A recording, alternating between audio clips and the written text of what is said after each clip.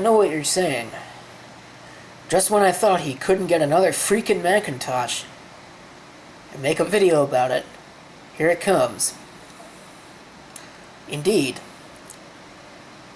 I can't really explain why I wanted one of these, but I've always really kind of wanted one of these in particular, even since they were an ongoing concern. It is a Macintosh G3 blue and white model from 1999. You can see this particular unit here was manufactured either in March or in April. It's either March 4th, 1999 or April 3rd, 1999. I'm not 100% sure on that. At 6:26 p.m. apparently.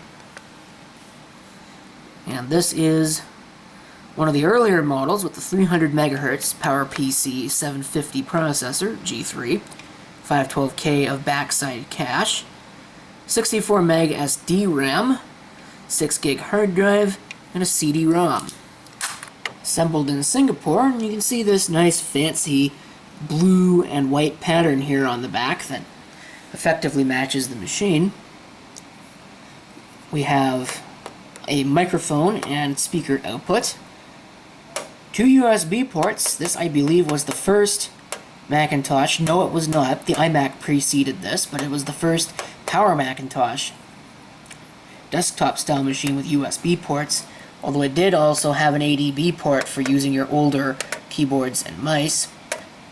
Built-in TIM100 Ethernet, a pair of FireWire 400 ports, and it could be optionally configured with a built-to-order modem that this one does not have.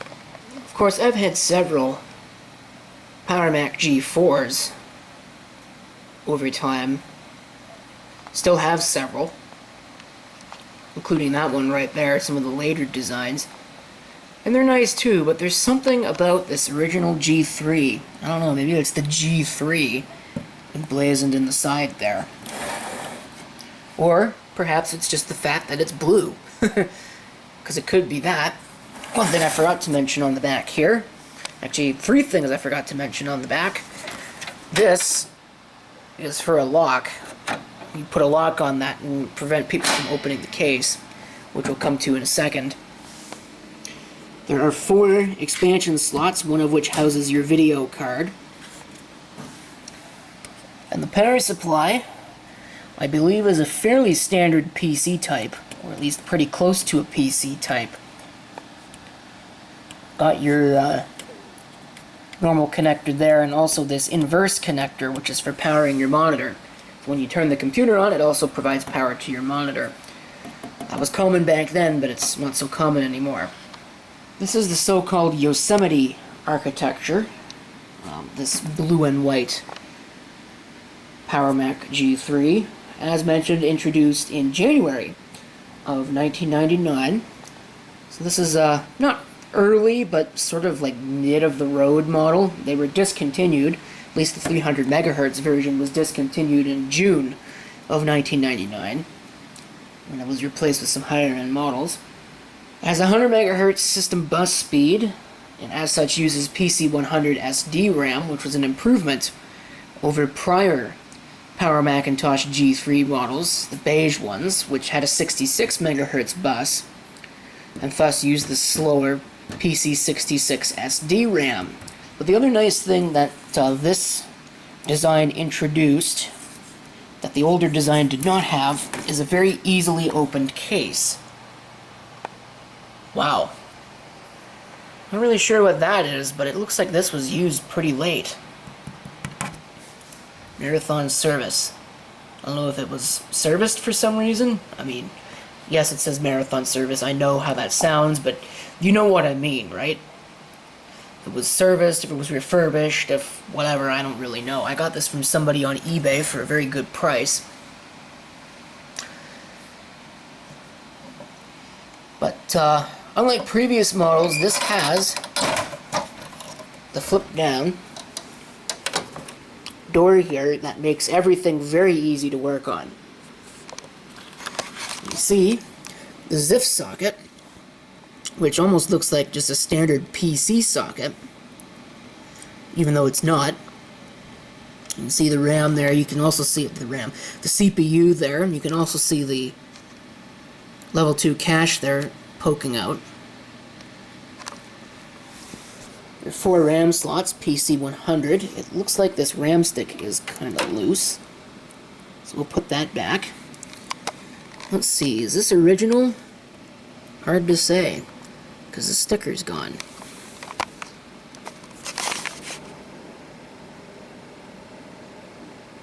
100 SD256, so that looks like that's an upgrade. Because we saw on the back it shipped with 64 megabytes, and most of these ship with 64 megabytes because that was the standard, but this one has had a 256 megabyte upgrade. So if I can find, 3 more 256 megs sticks that this thing will take, I could upgrade this thing to the full 1 gigabyte. Because it will take up to 1 gigabyte of memory. That would kind of be nice. Other interesting things on this board. This Lucent chip here, which I'm not 100% sure of the purpose of, probably is some portion of the chipset, has got handwriting on it, which is kind of odd. So kind of odd to see there's a digital equipment chip there as well, 66 megahertz. I believe that is actually part of the PCI architecture and probably drives the single 32-bit PCI slot here, because this is a 66 megahertz PCI slot. I think normally they were 33, but this one is clocked at 66. And then there are 3 64-bit PCI X slots there. The FireWire chipset is from Opti. There are probably some more supporting logic. 10100 Ethernet. Other connections. This obviously predates Airport, so that's not an option on one of these. Your CD audio connector. And I'm glad to see that this machine does not have the battery. One of these 3.6 volt barrel bombs. That was removed. Perfect. There's your 20-pin, I believe, power supply connector. And again, I believe that this is just a standard PC type, that the pinout, it certainly looks like a standard PC type, so you might be able to replace that power supply if it blows up with a standard PC power supply. 2 ATA100 connections there. This was the first Power Macintosh not to feature onboard SCSI, although it was a build-to-order option. There are 3 hard drive cages here, one of which is populated with an upgraded hard drive. That is a 30 gigabyte IDE drive. Of course, it's a quantum suckball, so it's questionable whether or not it's an upgrade, but it's there. So, and I presume that it probably still works. In fact, this thing was billed as working from the eBay seller. You see a massive cooling fan back there, probably mostly for the CPU. Cabling. Right here is an external bay. This would have been used if this machine had the optional zip drive that it does not have. And this is the optical drive. You can see CD audio cable and the, curiously, 80 conductor IDE cable. I'm not really sure why they use the 80 conductor on the slower optical drive and the 40 conductor cable on the hard drive, but maybe there was a reason. Here's a power supply manufactured by Delta. Looks like a 200 watt model, if we believe what it says there. And it's in surprisingly good condition, very clean. Not a whole lot of dust. There's certainly dirt here and there, and there's some yellowing on the external case plastics, but overall it's in very good condition. So, I suppose on that note, oh yes, the modem would plug in here if it actually had the modem There would be a ribbon cable that would go to the modem, which would just kind of dangle off of this thing. I guess it kind of locks into place here. The screw holds it into place with the screw on the other side there that you saw. Holds it in place and it hooks in here. Kind of an interesting design. Also kind of interesting to see that these FireWire connections are separate from the rest of the system, but maybe there was a reason for that. Electrically isolated.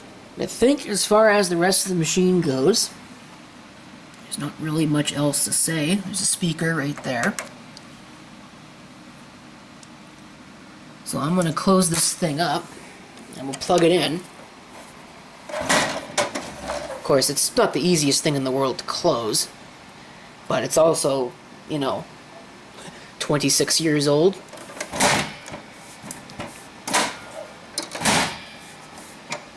And it closes eventually. You can see G3 there on the side. I wonder if it might just be the color, really, that has attracted me to this thing, or this particular model of machine, because at the end of the day, it's not really all that different from the Sawtooth model, or the Graphite model. I'm sorry, Sawtooth is the architecture, but the Graphite model G4, and I've got a couple of those.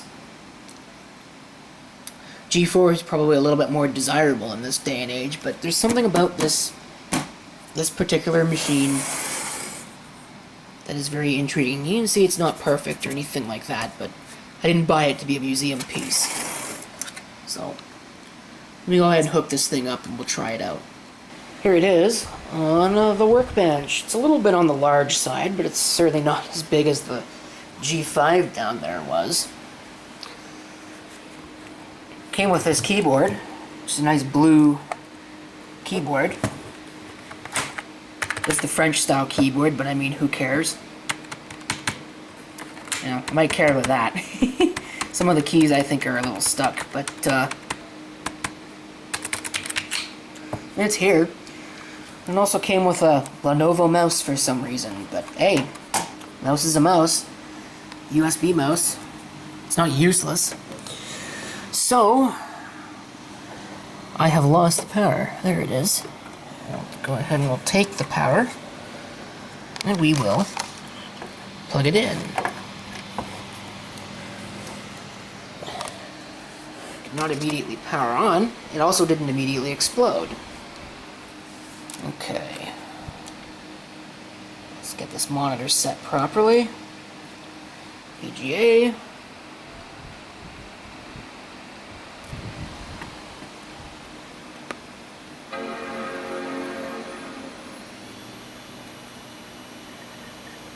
The hard drive spin up there.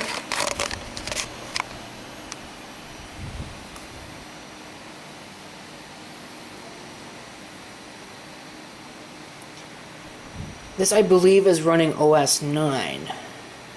At 640 by 480 resolution, it appears. OS 9.1. It's pretty close.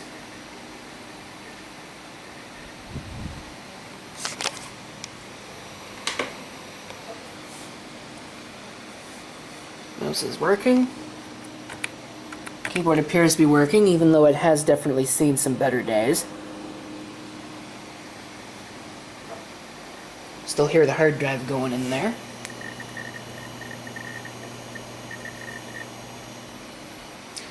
There we go. Now it changed my resolution.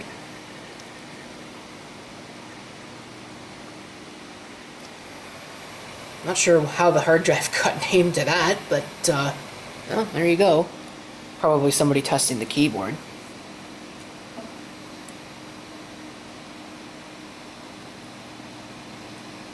As I found out in a recent video, this is actually a 1600 by 1200 native resolution panel on this display.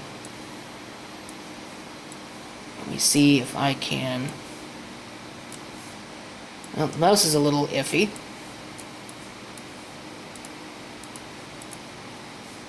Huh, that's weird.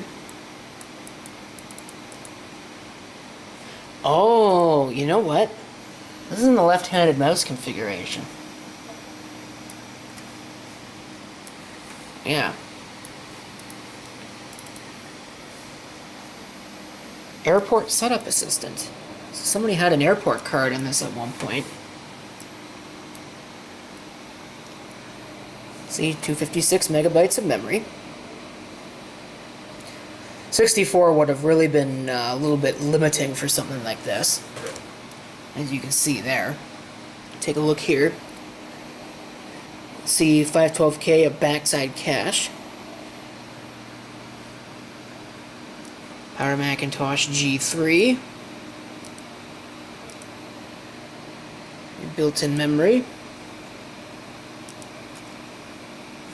Little network overview.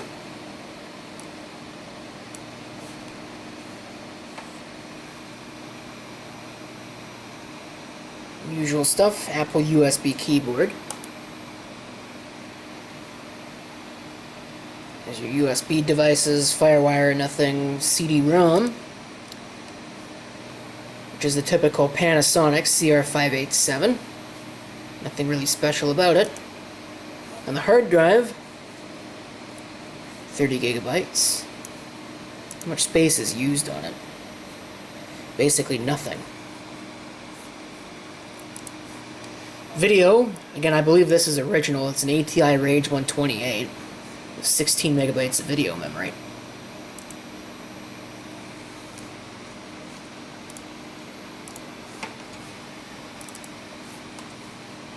Yeah, it looks like this is a pretty bog standard boring.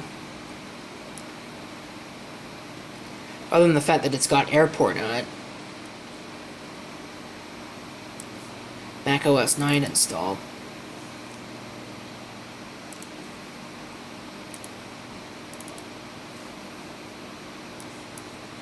So, not much really to see here.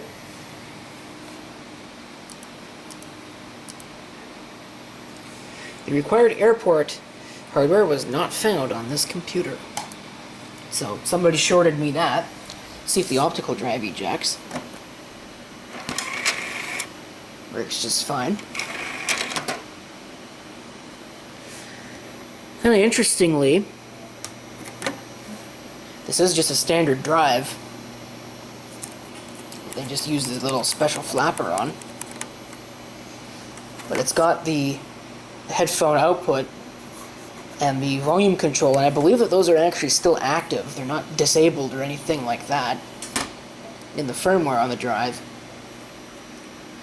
Obviously this doesn't have a zip drive.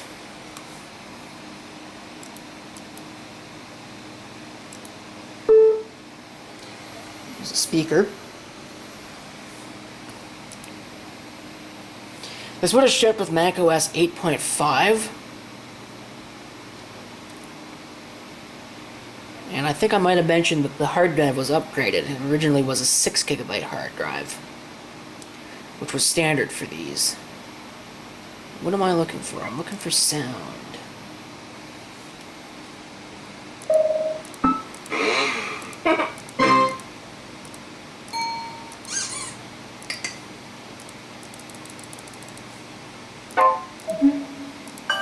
Uh-oh.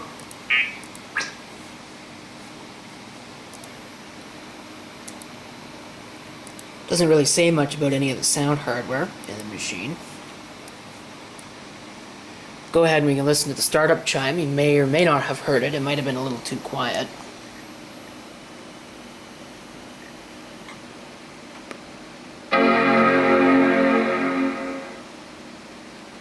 It's not as loud as the G4 machines were, but still plenty loud enough.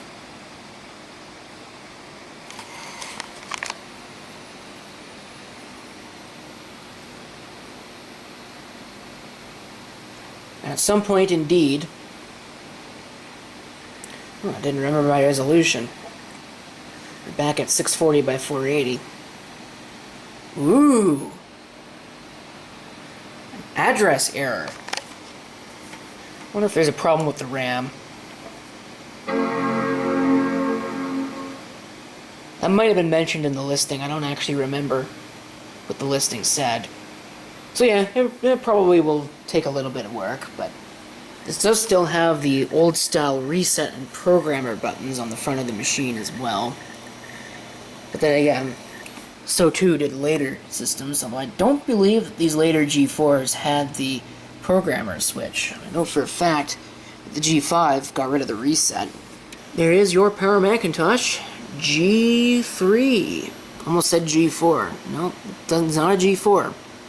Although you could get G4s for this if you wanted to. There were some upgrades. In fact, there were several upgrades because, of course, Apple used a ZIF socket for it, so it was very easy to upgrade the CPU. It wasn't soldered like a lot of other machines were. So that is pretty much it for that. Stay tuned. There will probably be a macOS reload video at some point, and maybe even a RAM upgrade. I don't know. I'll have to see what I can find in terms of RAM for this. 1 gigabyte might be kind of nice, but I don't know if I'm if I really need 1 gigabyte of memory for macOS 9, but you know, you never know. Thank you for watching, and if you have any comments, feel free to leave them below.